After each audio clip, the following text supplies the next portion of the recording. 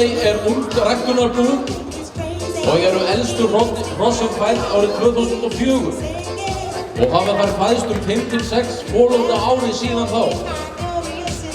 Ræktendur segast helst myndu vilja rækta afburðarhross með hinn eftirsótta X-faktor eins og allir en segjast þó aðallega hugsa að rækta hross sem einhver nennir að sitja á og ekki myndi skemma fyrir ef fólk hefði líka áhuga á að horfa á þau. Við sýnum bara hægt að horfa á þessi hross.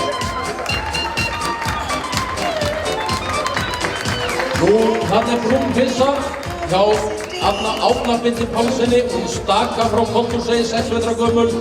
Hún er undan Stíganda frá Leysingastöðum og Sölku frá Sauðárkróki. Síðan er Elías Þórhallsson þarna á hryssunni Hnoss frá Koltúnsey, 5 vetra. Og er undan Álfasteini frá Selfossi og Kjarnorku frá Sauðárkróki.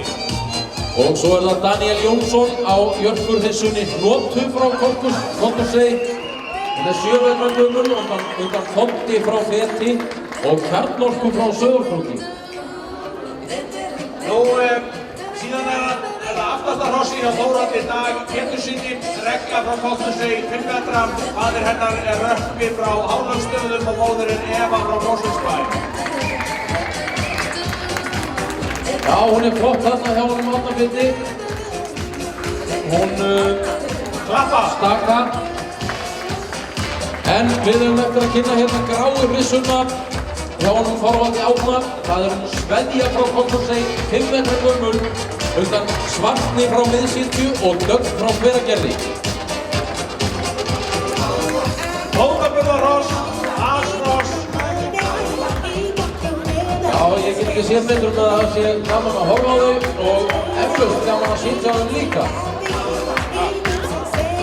Hestagull, já Daniel.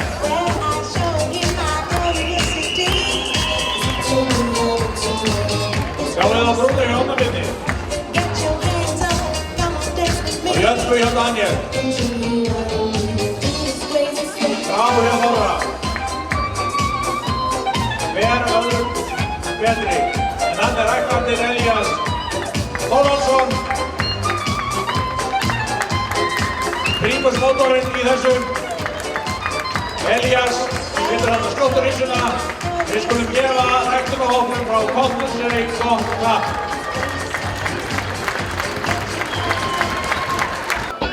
Árni Björn ríður á maður á þessu fótabundna dýri sínu.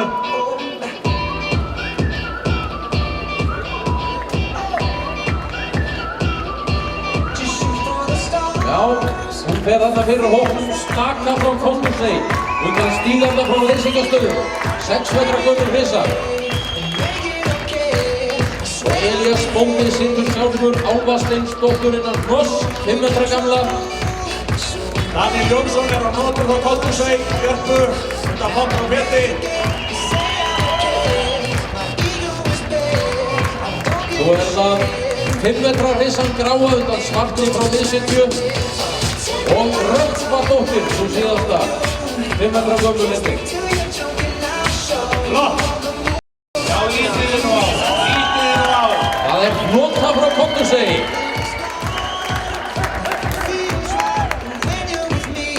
Það er Regla frá Koltúnsey.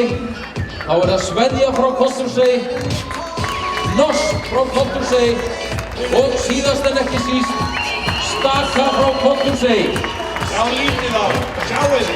Það er ekki vantar sveiflurna. Það er þakk fyrir.